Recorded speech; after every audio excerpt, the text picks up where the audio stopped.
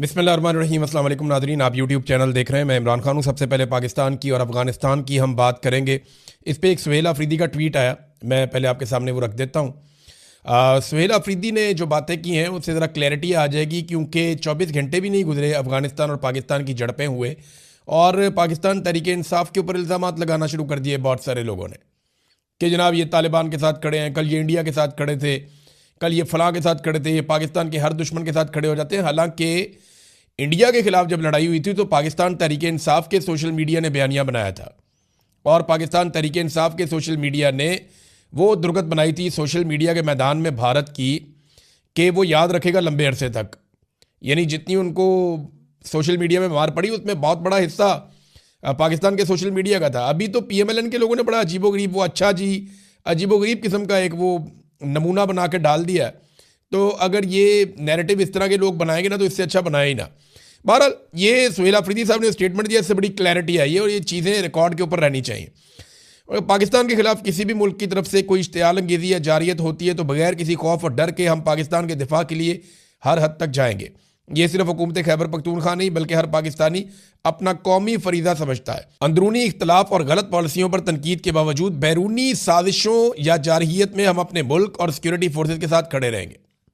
ये है जनाब बात कि हमें आपसे बहुत गिले और शिकवे हैं और आपकी पॉलिसियों से शदीद इख्तलाफ है, लेकिन इसके बावजूद जब कोई बाहर से हमलावर होगा तो फिर हम पाकिस्तान के लिए खड़े होंगे, फिर लड़ना पड़ेगा। लेकिन ये एक तरफ से नहीं होनी चाहिए चीज़। यानी मिलिट्री एस्टेब्लिशमेंट अपना जुल्म बंद करे ना उस वक्त जब बाहर से हमला हुआ है। अगर वो ये चाहते हैं कि उन्हें गैर मशरूत सपोर्ट मिले तो वो जुल्म भी बंद करें ना, ये भी बहुत ज़रूरी है। इमरान खान साहब की कुछ हदायत को रिकॉर्ड पे लाए। वो उन्होंने कहा जी, अब इमरान खान साहब ने कहा था कि अब अफगानिस्तान और कबायली इलाकों में अमन के क़याम के लिए 3 फरीकों को साथ लेकर चलना नागुज़ीर हो गया। सबसे पहले पाकिस्तान के कबायली इलाकों की अवाम, दूसरी अफगान हुकूमत और तीसरी अफगानिस्तान की अवाम। इन 3 फरीकैन की मदद के बगैर कोई कामयाब ऑपरेशन या पायदार हल नहीं हो सकता, ये इमरान खान ने कहा था। देखिए, पाकिस्तान की हुकूमत को मशवरा दिया तो चौथा फरीक तो पाकिस्तान की हुकूमत हो गई ना, एक फरीक अफगानिस्तान की हुकूमत हो गई और दोनों तरफ के जो कबायली इलाकों के अवाम है उनको आप साथ मिलाएंगे तो आप दहशतगर्दी का खात्मा करेंगे। इससे बेहतर कोई पॉलिसी हो नहीं सकती। तो इमरान खान साहब ने इसके ऊपर काफ़ी बार बार बात की है। सुहेल अफरीदी ने वो बात भी दोहराई और साथ ही उन्होंने ये कहा कि जब भी कभी ऐसी सूरत हाल होगी तो हम सारे साथ खड़े होंगे। ये बहुत इंपॉर्टेंट था। अब मैंने एक सर्वे करवाया अवामी, लेकिन उससे पहले मैं बताऊं कि बड़े अहमकाना किस्म के सवाल किए जा रहे हैं पाकिस्तान के अंदर और गद्दारियों के सर्टिफिकेट्स बांटे जा रहे हैं। ये बेशर्मी की जा रही है और ये वो लोग कर रहे हैं जिन्हें सिर्फ शाबाशी चाहिए, शाबाशी चाहिए मिलिट्री एस्टेब्लिशमेंट की कि जनाब हम आपके बहुत पालतू हैं, लिहाजा देखिए हम गद्दारियों के सर्टिफिकेट बांटना शुरू हो गए। यानी तुम किसके साथ हो, ये क्या सवाल हुआ भाई? जो अफगानिस्तान का आदमी है या अफगानी है वो अफगानिस्तान के साथ होगा और जिसके पास पाकिस्तान का शनाख्ती कार्ड पासपोर्ट है वो पाकिस्तान के साथ होगा। तो हर पाकिस्तानी पाकिस्तान के साथ ही होगा ना। ये सवाल करने का मकसद एक तकसीम पैदा करना है मुल्क के अंदर। देखिए, इख्तलाफ राय होता है। कई लोग कहते हैं इस काम को करने का ये तरीका ठीक है, कई लोग कहते हैं नहीं वो तरीका ठीक है, कई लोग कहते हैं ये काम क्यों कर रहे हो। इख्तलाफ होता है तो इसके जरिए से मुल्क को तकसीम नहीं करते, गद्दारियों के सर्टिफिकेट नहीं बांटते। ये बड़ा अहमकाना सवाल है कि तुम किसके साथ हो। यानी पाकिस्तानियों में इख्तलाफ राय को एक बड़ी तकसीम में बदल कर ये गद्दारियों के सर्टिफिकेट बांट रहे हैं कि ये मुहिब वतन है और ये गद्दार है और ये हमने जनाब एक तरीक़ाकार बना लिया, इससे पता चल जाएगा। ये बड़ी ज़्यादती है। मैंने एक अवामी सर्वे करवाया और इसमें आपको पता चलेगा कि पाकिस्तानी क्या सोच रहे हैं। ये अवामी सर्वे में आपके सामने रखता हूँ। ये वीडियो है जनाब, ये देखें। इसमें हमने अवामी सर्वे करवाया जिसमें मुज़ाकरात या जंग, ये 2 ऑप्शन हमने पाकिस्तानियों के सामने रखे। तो इसमें सवाल हमने ये पूछा पाकिस्तान और अफगानिस्तान के दरमियान कशीदगी और इसके सिलसिले में मुज़ाकरात से हल करना चाहिए या जंग से करना चाहिए, सवाल हमने पूछा था कि आपकी ओपिनियन क्या है बतौर पाकिस्तानी। तो हमने ऑप्शन नंबर 1 रखा था मुज़ाकरात, ऑप्शन नंबर 2 रखा था जंग। इसके ऊपर जो लोगों ने रद्द-ए-अमल दिया, पहले मैं आपको ये बता दूं कि हज़ारों लोगों ने इसके ऊपर वोटिंग की है, बहुत बड़ी तादाद में वोटिंग की है और 80.6% लोग जो है उन्होंने वाज़ेह जवाब दिया है हाँ में या ना में, यानी मुज़ाकरात में या जंग में। ऑप्शन नंबर 1 और ऑप्शन नंबर 2 जो इस्तेमाल किए यानी मुज़ाकरात का ऑप्शन और जंग का ऑप्शन जिन लोगों ने इस्तेमाल किया वो 80% है। उनके अलावा जो बाकी लोग हैं उनकी तादाद कम है, यानी 20% ऐसे लोग हैं, 19.4% जो अपने कमेंट्स के अंदर डिस्कशन करते रहे।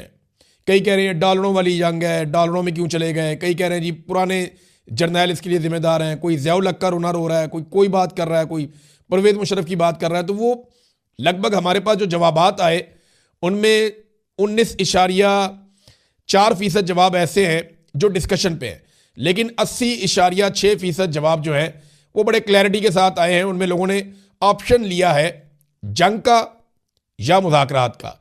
अब जनाब मुज़ाकरात के हामी लोग कितनी बड़ी तादाद में हैं, यानी पाकिस्तानी जिन्होंने हज़ारों की तादाद में वोट डाला, 89.4% मुज़ाकरात के हामी हैं, यानी 89.4%, 99.4% मुज़ाकरात के हामी हैं, और 10.6% जो हैं वो जंग के हामी हैं। यानी 90% पाकिस्तानी लगभग ये चाहते हैं कि पाकिस्तान और अफगानिस्तान के बीच में मुज़ाकरात के ज़रिए से अमन पैदा हो जाए, और लगभग 10 से 11% पाकिस्तानी ये सोचते हैं कि नहीं, ये मामला ऐसे ठीक नहीं होगा, आपको जंग लड़नी पड़ेगी। तो ये जो मुज़ाकरात की बात कर रहे हैं, क्या ये सारे गद्दार हो गए? और वो जो 10-11% ये कह रहे हैं जनाब जंग कर लो, तो वो सारे मुहिब्बे वतन हो गए? ये तरीक़ाकार ना करें, ये ज़्यादती ना करें, पाकिस्तानियों को गद्दार ना करें, और इतनी बड़ी तकसीम पाकिस्तान के अंदर पैदा ना करें। लोगों की अपनी अपनी सोच और अपना अपना तरीक़ाकार होता है। इसकी बुनियाद के ऊपर, इख्तलाफ रखने की बुनियाद के ऊपर लोगों की हुब्बुल वतनी के ऊपर क्रॉस ना लगाएं। ये बेवकूफ़ी है और ये अहमकों वाली हरकत है। इससे पाकिस्तान में नफरत फैलेगी और कुछ नहीं होगा। अब नाज़रीन, लोग जो है ना मुख्तलिफ हक़ाइक़ निकाल निकाल कर सामने रख रहे हैं। मिसाल के तौर पे ये डोनाल्ड ट्रंप का एक स्टेटमेंट है, इसको सबूत के तौर पे पेश किया जा रहा है। ये जो पुराना स्टेटमेंट है डोनाल्ड ट्रंप का, जिसमें डोनाल्ड ट्रंप ने कहा था कि अफगानिस्तान से हम बगराम एयरबेस लेंगे, उनसे हथियार लेंगे, और ये उनकी ख्वाहिश थी, और उसके सिलसिले में उन्होंने कहा था इक़दाम होंगे। उसके फ़ौरन बाद भी पाकिस्तान ने एक अटैक किया था अफगानिस्तान के ऊपर, एक झड़पें तब भी हो गई थी। और पाकिस्तान का रवैया डोनाल्ड ट्रंप के इन स्टेटमेंट्स के बाद बहुत तेज़ी से अफगानिस्तान के साथ बदला है, और बातचीत के बजाय हमने उनके साथ डायरेक्टली लड़ाई शुरू की है, और अफगान भी लड़ाई कर रहे हैं। वहाँ की हुकूमत जो है उसे भी मुज़ाकरात करने चाहिए, पाकिस्तानी हुकूमत को भी मुज़ाकरात करने चाहिए। डोनाल्ड ट्रंप ने जो मौजूदा लड़ाई हुई है उसमें खुशी का इजहार किया है, और अमेरिका पाकिस्तान के साथ खड़ा हुआ है इस लड़ाई में। मैं इसकी मिसाल आपको दे देता हूँ। एलिसन एम हुकर जो हैं, ये अंडर सेक्रेटरी हैं यूनाइटेड स्टेट्स की पॉलिटिकल अफेयर्स की, और इन्होंने एक स्टेटमेंट दिया है कि पाकिस्तान के फॉरेन सेक्रेटरी से मेरी बात हुई है, और जो नुकसान हुआ पाकिस्तान का अफगानिस्तान के साथ लड़ाई में उसके हवाले से, और हम सिचुएशन को मॉनिटर कर रहे हैं क्लोजली। और इसके अलावा उन्होंने कहा जी पाकिस्तान को अपने दिफा के हवाले से हम पूरी सपोर्ट दे रहे हैं तालिबान के हमलों के खिलाफ। तो अमेरिका जो है वो इस सूरत हाल में पाकिस्तान के साथ खड़ा हो गया है। और डोनाल्ड ट्रंप से जब इस हवाले से सवाल किया गया तो डोनाल्ड ट्रंप ने कहा, यानी खुशी का इजहार किया, यानी शाबाश वाला अंदाज था उनका। उन्होंने तारीफ़ की फील्ड मार्शल की और शहबाज शरीफ की। उन्होंने कहा पाकिस्तान अच्छा कर रहा है, मुदाखलत नहीं करूँगा। तो थोड़े दिन पहले ना कुछ लोग कह रहे थे कि तालिबान के साथ इसराइल मिल गया। वो एक आर्टिफिशियल इंटेलिजेंस की वीडियो बनी हुई थी, उस वीडियो की बुनियाद के ऊपर पाकिस्तान के बहुत सारे दानिश्वर, बहुत सारे सहाफ़ी, वैसे आर्टिफिशियल इंटेलिजेंस भी ऐसी चीज़ है, ऐसी ऑडियो वीडियो मिक्स करते हैं पता ही नहीं चलता। बाद वक़्त बंदा फंस जाता है, मुझे गलतफहमी हो जाती है, लेकिन कुछ चीज़ें होती हैं कॉमन सेंस में आती हैं कि यार ये तो हो ही नहीं सकता। तो वहाँ पे इसराइली वज़ीर आज़म के खाते में तालिबान डाल दिए अफगानिस्तान के, उन्होंने कहा ये मिले हुए हैं आपस में, और वो कह रहे हैं इनको सपोर्ट करेंगे। और अब जो नेतन्याहू हैं उनके बड़े जो हैं डोनाल्ड ट्रंप, वो पाकिस्तान को सपोर्ट कर रहे हैं। तो वो दानिश्वर अब इस बारे में क्या करेंगे और क्या कहेंगे? सवाल तो ये पैदा होता है ना। अब बताएं ना, अब वो इस बारे में क्या कहते हैं। तो ट्रंप की जो ख्वाहिश है उसके बाद पाकिस्तान और अफगानिस्तान के हालात ज़्यादा ख़राब हुए। पाकिस्तान को बैरूनी ख्वाहिशात की बजाय अपने अंदरूनी मामलात की तरफ तवज्जो देनी चाहिए। ये एक वॉरफेयर एनालिसिस, एक अमेरिका का पूरा एक सिस्टम है, और इसके अंदर काफ़ी लोग एनालिसिस करते हैं। उन्होंने ये बताया कि एक एटमी कुव्वत को कभी भी बाहर से ऐसा ख़तरा नहीं होता जो अंदर से होता है। तो पाकिस्तान को अपने अंदरूनी मामलात में काम करना होगा। एक तो उन्होंने वजह बताई कि डोनाल्ड ट्रंप की ख्वाहिश की तकमील है। दूसरा उन्होंने कहा जी कि ये जो लड़ाई है इसके पीछे पाकिस्तान के अंदर मामलात बड़े गैर मकबूल हो चुके हैं। जो रजीम इस वक्त पाकिस्तान के अंदर काम कर रहा है तो वो आवाम को अपने पीछे खड़ा करना चाहते हैं। फिर उन्होंने कहा जी असल मसाइल से ये पाकिस्तान भटक रहा है, अंदरूनी खामियां पाकिस्तान को अपनी दूर करनी पड़ेंगी। दहशतगर्दी को पाकिस्तान के अंदर से इसका खात्मा करना पड़ेगा। मुराद सईद ने एक मरतबा फिर रिकॉर्ड सीधा कर दिया और ये रिकॉर्ड आप सारे जानते हैं कि ये है क्या। यानी मुराद सईद ने एक मरतबा नहीं, कई मरतबा ये बात पहले भी बताई है। एक मरतबा फिर उन्होंने बताया कि नवंबर 2021 में अस्करी क़यादत की जानिब से वज़ीर आज़म उस वक्त के इमरान खान साहब और काबीना अरकान को पाकिस्तानी तालिबान अल मारूफ दहशतगर्द, अल मारूफ खवारिज, अल मारूफ फितरतुल हिंदुस्तान की आबादकारी का मंसूबा पेश किया गया, जिसकी काबीना अरकान ने भरपूर मुखालफत की और वज़ीर आज़म ने ऐसे किसी भी मंसूबे पर अमल दरामद से साफ इनकार कर दिया। जून 2022 में इमरान खान की हुकूमत के खात्मे के बाद PDM की कठपुतली हुकूमत के सामने अस्करी हुकाम की जानिब से वही प्लान दोबारा पेश किया गया। क्या पिद्दी और क्या पिद्दी का शोरबा, फौरी तौर पर उसकी मंजूरी दे दी गई। जून 2022 में अस्करी हुकूमत की जानिब से अफगानिस्तान वफद भेजकर तालिबान, अल मारूफ दहशतगर्द, अल मारूफ अल खवारिज, अल मारूफ फितनतुल हिंदुस्तान की आबादकारी के मंसूबे पर अमल दरामद का आगाज़ कर दिया गया। ऐसे पाकिस्तान में दहशतगर्द लाए गए और उसके बाद अब उन्हीं दहशतगर्दों की वजह से अफगानिस्तान के साथ पाकिस्तान की लड़ाई हो रही है और इन्हीं दहशतगर्दों ने पाकिस्तान के अंदर नाक में दम किया हुआ है। अब कोई उस अस्करी की आदत को, जनरल बाजवा को, जनरल फैज़ को, जनरल नदीम अंजुम को बुला के अकाउंटेबल करेगा कि भाई तुम लोग क्यों पाकिस्तान के अंदर इन दहशतगर्दों को लेकर आए। जनरल बाजवा ICU में पड़ा, वो बाथरूम में गिर के लैट्रीन में उनके सर को चोटें लगी, पता नहीं क्या हो गया उनका, समझ ही नहीं आ रही। कुछ लोग कहते हैं कि पता नहीं जान बचेगी, कुछ लोग कहते हैं जी खतरे से बाहर है। दूसरा जनरल फैज़ है, वो जनाब गिरफ्तार है और जनरल नदीम अंजुम, उसके बारे में भी कोई आइडिया नहीं है कि उसके साथ क्या होगा। लेकिन ये 3 लोग थे फैसला साज। अब ये बताएं जनाब कि इन्होंने जो फैसले किए हैं उनके नतीजे में पाकिस्तान यहाँ तक पहुँच गया। पाकिस्तान की हुकूमत ने कुछ क्लेम किए हैं अफगानिस्तान की हुकूमत के खिलाफ, यानी इसको एक रजीम चेंज ऑपरेशन के तौर पे भी देखा जा रहा है कि अफगानिस्तान के अंदर रजीम तब्दील कर दिया जाए, तालिबान की हुकूमत खत्म करके कोई और अवामी हुकूमत बना दी जाए। अब इसमें जो पाकिस्तानी हुकूमत कह रही है वो ये कह रही है कि ये ज़बरदस्ती ताकत के जरिए से मुसल्लत शुदा जालिम लोगों का टोला है और अवामी राय के खिलाफ ज़बरदस्ती इनको मुसल्लत किया गया है। वो इंसानी हकूक़ की वहाँ पर पामालियाँ कर रहे हैं और इस्लाम की गलत तशरीह कर रहे हैं, औरतों के हकूक़ भी गज़ब किए जा रहे हैं, बहुत सारी बुराइयाँ उनके अंदर निकाली। लेकिन मैं जब वो पढ़ रहा था ना तो मुझे लग रहा था पाकिस्तान की बात कर रहे हैं। यानी इस्लाम की गलत तशरीह तो पाकिस्तान में बहुत होती है। ऐसा लगता है सारा का सारा जो आयात है कुरान पाक की वो पाकिस्तान तहरीक इंसाफ के खिलाफ उतरी हुई हैं।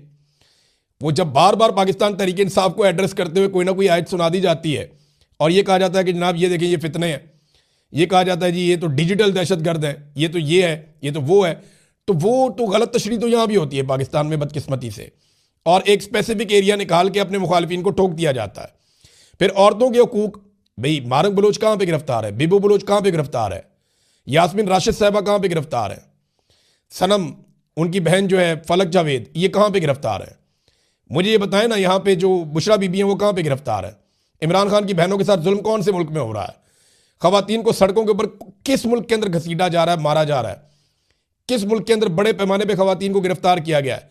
खतीजा शाह के साथ किस मुल्क के अंदर ज्यादती हुई है, मुझे बताएं ना। तैयबा राजा को किस मुल्क के अंदर गिरफ्तार किया गया है। बेशुमार और खवातीन हैं, आलिया हमजा साहिबा हैं, आयशा भुट्टा साहिबा हैं, बेशुमार खवातीन हैं। मैं नाम लेता जाऊंगा तो ये पूरा वीलॉग इसमें गुजर जाएगा।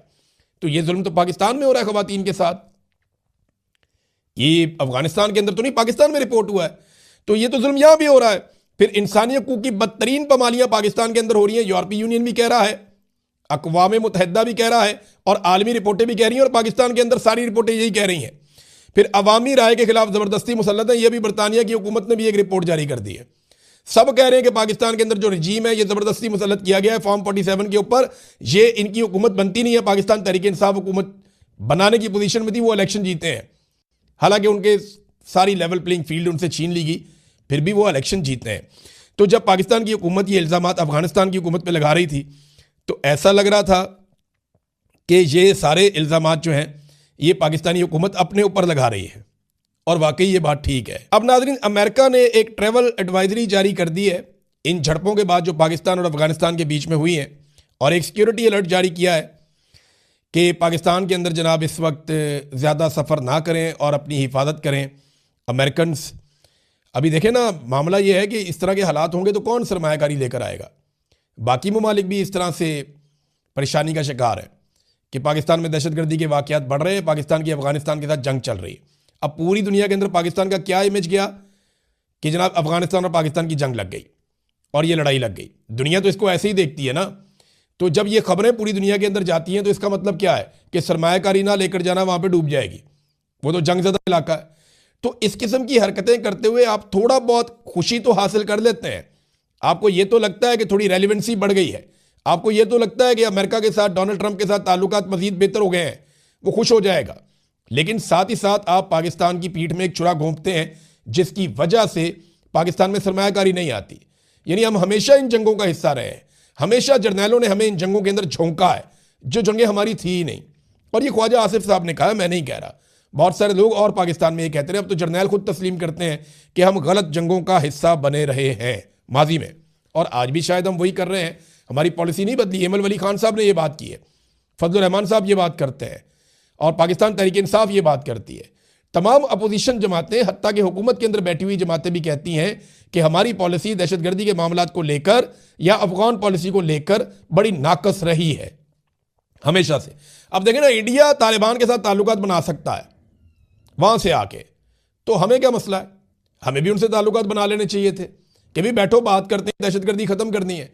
आपके वहां भी हो रही है, हमारे यहां भी हो रही है, मिलकर मारते हैं, अपनी आवाम को साथ मिलाओ, हम अपनी आवाम को साथ मिलाते हैं। तो बैठ के इस चीज़ को किया जा सकता था, लेकिन ट्रंप की ख्वाहिश कैसे पूरी होती? अब नाजरीन, बरतानिया ने ईरान के अंदर अपना सफारत खाना खाली करवा दिया है। बिल्कुल, चीन ने भी अपने शहरियों को सफ़र करने से रोक दिया है। बहुत सारे ममालिक ने इस खित्ते के अंदर अपनी परवाज़ें बंद कर दी हैं। ईरान के शहरी बड़ी तादाद में गल्फ़ ममालिक की तरफ जा रहे हैं, और ख़ास तौर पे ओमान के अंदर बहुत बड़ी तादाद में मेरे को दोस्तों ने बताया कि वहाँ पे ईरानी शहरी पहुँचे हैं, क्योंकि वहाँ पे गालिबन वीज़ा फ्री एंट्री है, उसकी वजह से वहाँ चले जाते हैं। तो अब ईरान के ऊपर अटैक ऐसा लगता है कि अमेरिका कर सकता है। वो एक दबाव तो बहुत बढ़ा दिया उन्होंने। इसराइल में उनके नए हथियार भी पहुँचे हैं, उनका जंगी बेड़ा भी इसराइल में पहुँचा है। तो ऐसा दिखाई दे रहा है कि कुछ ना कुछ बड़ी एक्टिविटी इस खित्ते में हो सकती है, और अगर ईरान के साथ अमेरिका की लड़ाई होती है तो ये एक ऐसी चीज़ होगी जो पूरे खित्ते के बैलेंस को तब्दील करेगी। अब तक के लिए इतनी, अपना ख्याल रखिएगा, अपने चैनल का भी। अल्लाह हाफ़िज़।